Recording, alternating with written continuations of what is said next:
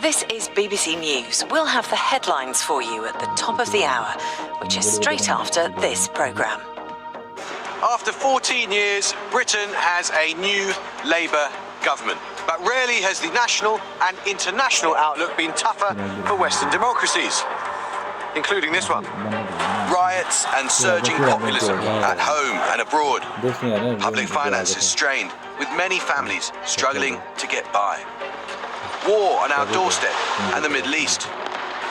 And a new world order in which power has shifted both east to places like China and India and west to the new tech masters of our universe. So what can this country learn from those who have run it in the past?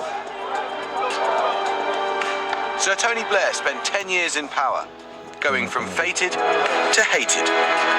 He came to office saying a new dawn had broken and left, having won 3 elections and taken the country to war in Iraq, a decision with consequences still felt today. Now 71, and with a new book out on leadership and the Tony Blair Institute for Global Change working with over 40 countries, the former Prime Minister is still searching for answers to the great challenges of our time.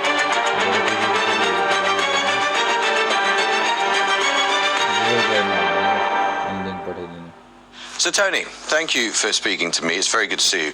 Let's start with some feelings before we get to plenty of facts. Labour's back in power after 14 years. Very, very few people know what it feels like to actually be the Prime Minister of a new government, to be a country's leader.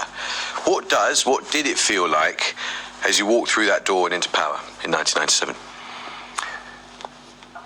Well, for me, the feelings were less those of elation. I mean, everyone around me was celebrating, but I was very conscious of the fact, first of all, I'd never been a minister, let alone a prime minister, and secondly, there is an awesome sense of responsibility. So you realise you're going to be taking decisions. You know you're on the start of a journey. You know the journey's going to be really difficult. You know there's going to be a whole lot of events and circumstances you can't predict, and you're acutely conscious of the fact that there is this immense burden of responsibility that comes with power, or should do. One of the fundamental challenges that not just Britain but lots of Western democracies face today is populism. And I would say, tell me if you think differently, I would say populism is broadly that mode of politics in which charismatic leaders claim to represent the will of the people against a ruling elite. In your view, should populism be, as George Orwell said of saints, always considered guilty until proven innocent?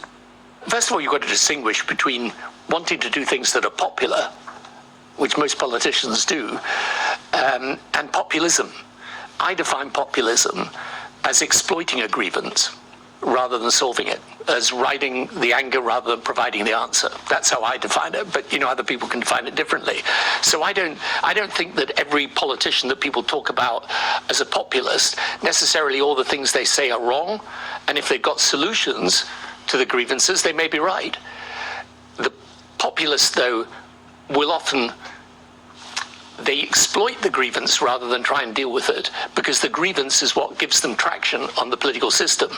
And in my view, I feel this very, very strongly today. The challenge of democracy and the answer to populism is efficacy. It's effective delivery of change. And in the end, whether you're a populist or not a populist, if you've got an issue that is troubling for people, the question is, what's the solution? And the people that have the solution will, in the end, succeed. In terms of the theories as to why populism seems in the ascendant, one of the theories is, in a sense, a direct challenge to you and your mode of politics. And it's that people like you didn't fully understand at the time how globalization would create losers. So you said in 2005 of globalization, I think it was in your conference speech, I hear people say we have to stop and debate globalization. You might as well debate whether autumn should follow summer. They're not debating it in China and India. They're seizing its possibilities in a way that will transform their lives and ours. But isn't the truth that the globalization which you championed, for understandable reasons, in a very different era, but that globalization robbed millions of people of their agency and it changed their communities in ways they don't like. Did it? What, globalization did that? A lot of people might think that. First of all, people like myself have never argued for a single moment that you should just let globalization happen. I mean, we introduced a minimum wage, made massive investment in public services, reformed our public services. We kept our economy strong. We dealt with issues that were of real difficulty for the public, and we invested in the public infrastructure to do that. We didn't just let globalization happen, but globalization as a force, let's be very clear, globally, it's lifted more people out of poverty than ever before in human history. Ever before. The reason why life expectancy today is way above what it was 50 years ago is as a result of globalization. If we end up, by the way, backtracking on globalization, putting up barriers to trade, ending up making it harder for people to trade and interact with each other, we're going to slow growth. We're going to slow those things that have actually kept inflation low until very recently, and we're going to do ourselves a lot of damage. So globalization, misunderstand this, it's driven by people in the end. And it's driven by technology. But have you been sufficiently sensitive to the fact that what might excite you, might excite me, frankly, about disruption, about technology, about movement of people? Some people don't want that. Some people want the world to slow down. And you might not be one of them, but there are some people... Exactly, some people do. But Amol, the world's not going to slow down. But isn't that rather insensitive to the fact that millions of people want the world to slow down? Yeah, and they vote accordingly. Maybe they do. And they prefer the past to what their communities look like today. And in the 19th century, by the way, there were lots of people that didn't want the Industrial Revolution. They thought it was wrong. They thought that as a result of that, people were going to be leaving the countryside, going into towns. They were going to be in factories where there were no proper protection for people. All of these problems in the end had to be sorted out in the Industrial Revolution. But you were never going to stop it. It's like today with technology. You're not going to stop this technology revolution. That doesn't mean to say, you say, well, just let it happen then. No, of course not. You need regulation. You need to reskill people. You need to help people. You need to invest in things like education. It's the difference between saying something is inevitable and letting it happen, and saying it's inevitable and we're going to guide you and help you through it. Some people might listen to you and say, you know what, Tony, we've lost out. We've lost out in the last 20 years. Our communities have been changed. Our jobs have gone overseas. And it's all well and good for you and this BBC journalist to say globalization is real, the technology revolution is coming. But I think you need to be a bit more sensitive to the fact that we don't like how the world is changing. We want it to slow down. And what might excite you horrifies us. Yeah, but I'm completely sensitive to it. So if you take immigration, one of the extraordinary ways that my time of government has been rewritten is people say, oh, yeah, an open door policy for immigration. No, we absolutely didn't. But the numbers surged. The numbers of people that came in, although they're way, way below what they are today, but it's true, as and people often, by the way, do net migration because fewer people were leaving the country, but it's true. The numbers of people coming in rose somewhat during my time of office, but the economy was booming. A lot of those people were Europeans, single people that came in, worked in our hospitality sector. Was that wrong? It actually helped our economy. And what, of course, you need to do is to provide control and order on immigration. This is why we reduced, for example, the numbers of asylum seekers dramatically. But I can deal with the problems arising out of immigration. What is completely dishonest for me to do, if I'm a leader today, is to say to you, I can stop your job, for which there is now a technology solution. I can stop your job from being lost, because I can't. I can stop all migration into this country, because I can't. And there's no way that's going to happen. There's no modern developed country in which that is happening. And by the way, if you do end up trying to do this, as what we've done with Brexit, what's the result? We've now got higher levels of immigration than ever before, and we've swapped out usually single people coming from Europe, as I say, to work in things like the hospitality sector, for families from Asia and Africa. I mean, how has this helped us? So when you say to me, you've got to be more sensitive to people's anxieties, I was always and am super sensitive to the anxieties, but I'm not going to sit here and tell you there's a simple solution, which is I can protect you from the way the world is changing, because I can't. Of course. And that's the honest truth. And if we had more honesty on that, and politicians said, look, our job is to help you through this process of change, not to tell you something that we know is not true, which is we can stop it. Sure. By the age of 43, Blair was Prime Minister and leading a new Labour. But by the time he left office 10 years later, it was under the cloud of the Iraq War. The decision to invade, based largely on the supposed threat of weapons of mass destruction, came to dominate and define his legacy. Millions marched in protest before the war. Thousands died during it. No weapons of mass destruction were ever found. Many will never forgive Blair, and his critics say the fallout of the war continues today. To what extent do you accept that what happened with Iraq and the fallout from Iraq did erode trust in our democracy? Yeah, look, there were people who passionately disagreed, and obviously as a result of the discovery that some, at least a substantial part of the intelligence around weapons of mass destruction was wrong, of course. But here's the thing that we did. Because of my anxiety about that, we held the longest and most detailed inquiry any government's ever held. Well, actually, we held several inquiries. Well, there were 6, and all of them came to the same conclusion, which is that no one had deceived anyone, because it would be deceit that undermined trust in democracy. And the truth is, I'm afraid, that some people just won't accept the results of those inquiries. Although nowadays, as I always say to people, you can go and read the intelligence online, and you can see exactly what we were told at the time. What's the biggest lesson that you took from the Iraq experience? That you've got to know much more deeply the terrain into which you're going if you're going to take foreign military action. Now, the truth is, what I would say is, you can disagree powerfully with what we did in Iraq or Afghanistan, but having done it, in my view, we should have held our position. You know, in Afghanistan, I really don't think we ever needed to withdraw in the way that we did. And I do think that our failure, having done what we did to hold with it, has had also repercussions that have been very difficult for Western policy. Well, let's take that thought and apply it to the international context today. Around the world today, as you've often written about and spoken about, we have many strongman or autocratic leaders. One of those is Vladimir Putin, and you have said in the past, one thing is clear: Vladimir Putin cannot be allowed to win. Based on current evidence, and given what you say about having the will to stick it out in Iraq and Afghanistan, based on current evidence, does the West have the will to face down President Putin? I think so, yes. I think it does, and I think it will.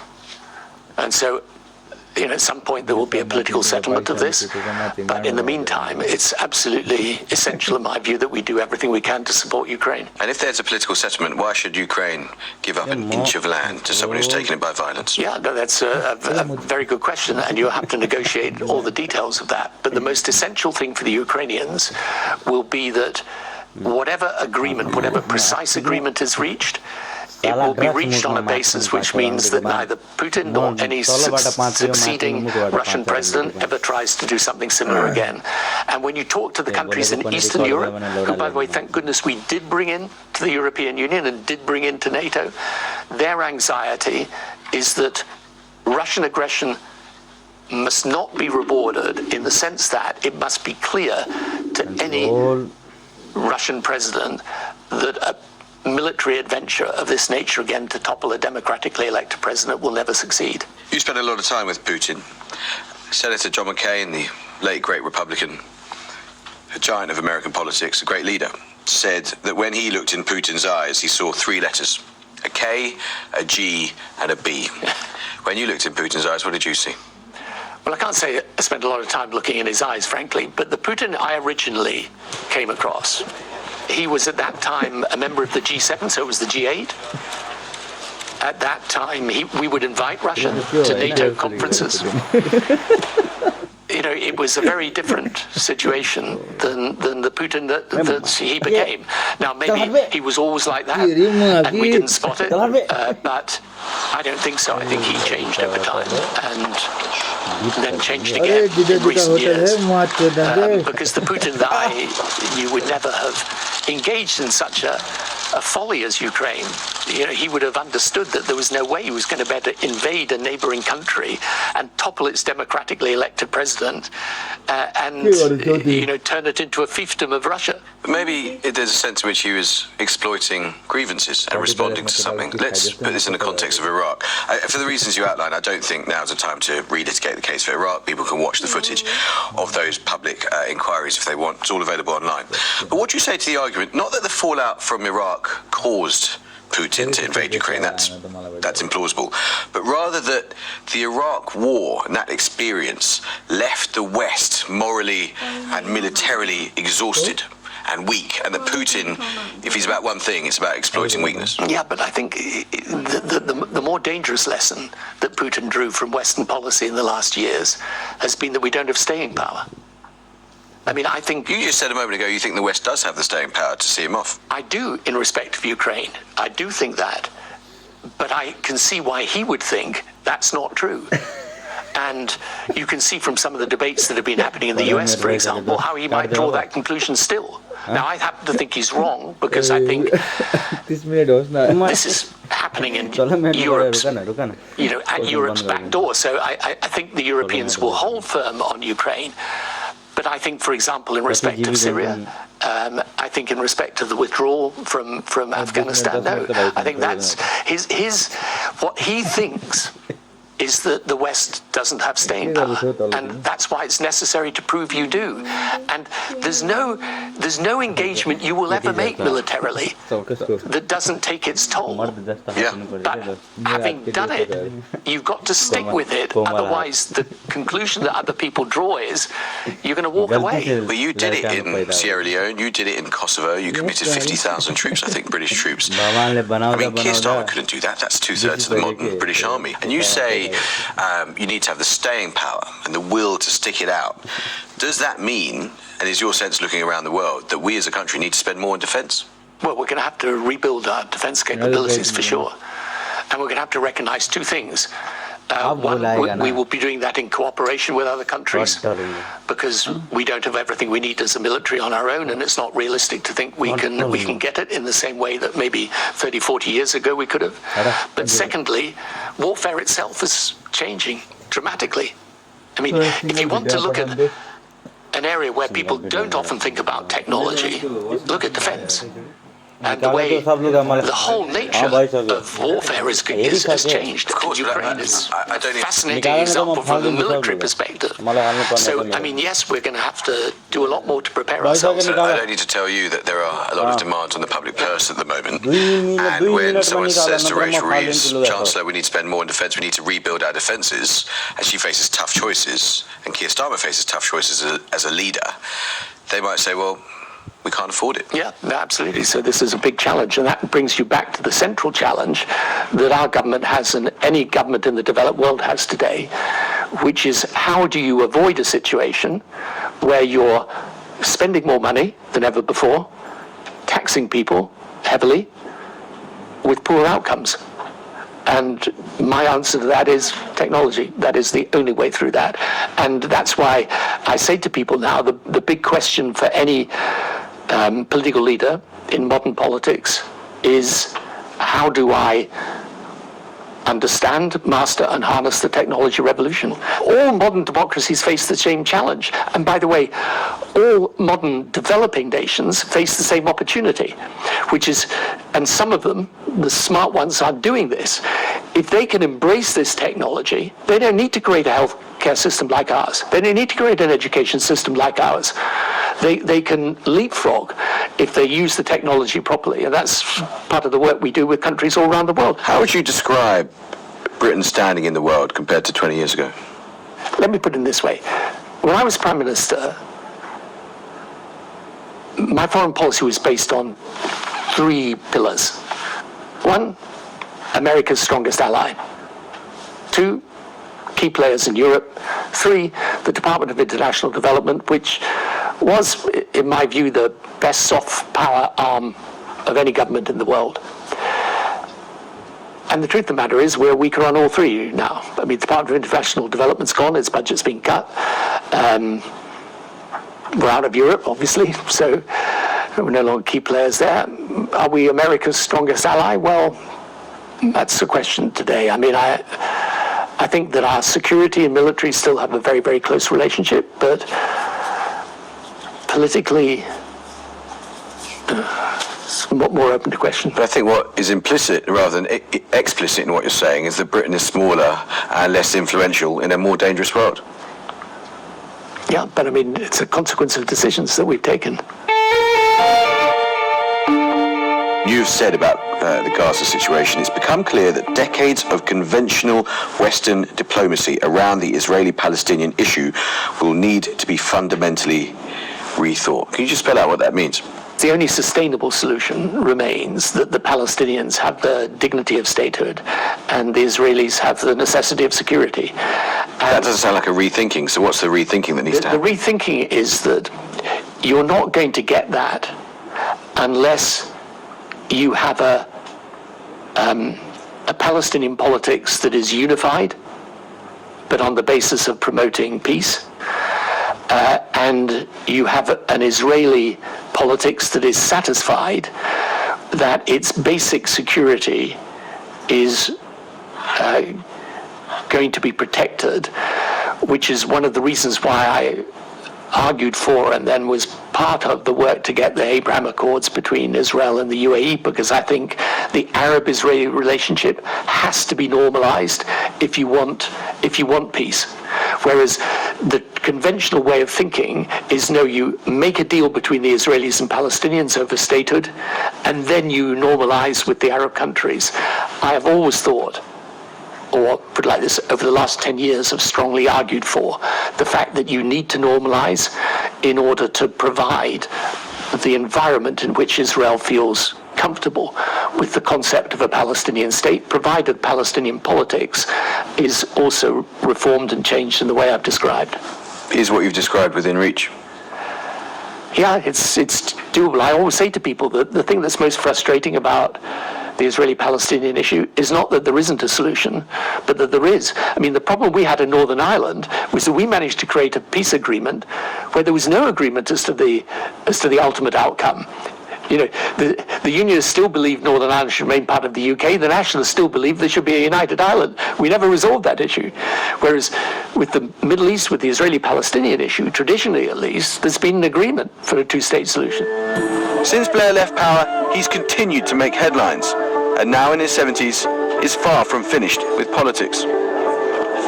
There's this very, very powerful section in the new book, this chapter, Ambition, and I think this is the most important paragraph in the whole book, and maybe that it helps us understand you in a way that we haven't before. The moment, this is what you write, I shouldn't have to remind you of this, but I will. The moment I saw what power was and what it could do, I wanted it. I wanted it for the usual mix of motives: to change the world, to put principle into practice, to be respected and recognized as a person with power, and to feel that power, to feel how it could shape my world around me, as well as the world of others. So, Sir Tony Blair, do you miss being Prime Minister? Well, what my wife always says to me is, you miss it until you remember it properly. But of course, in one sense you do. Although I've been really lucky in the sense that I've built an organisation in which, we do a lot of really interesting things in the world. So I feel an enormous sense of purpose. So I'm not sort of longing for it in that way. But if you say to me, do I miss it? Of course, at points you miss it. But do you see why others would read that, hear it, and be in awe and respect it, but some people might regard it with great suspicion. They might say, what do you want with all this power? That's a sort of megalomaniac attack, which is, why do you want to be powerful in the world?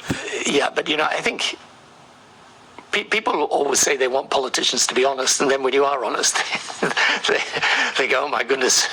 But maybe there were exceptions to this, but I don't know any politicians that's reached the top that hasn't got that strong striving and ambition alongside, of course, the desire to do good, and it can be in the order I've just described it, or the other way around, and hopefully it's the other way around. It's the principle first and the power second, but you've got to be honest about it. Of course, you're power is a motivator. Top advice to young people thinking about a career in politics. Don't do it unless, one, you've learnt about the world first before you go into politics, so get a lot of experience outside of politics, and two, don't do it unless you really, really, really believe in it, because it's not a job, it's a vocation.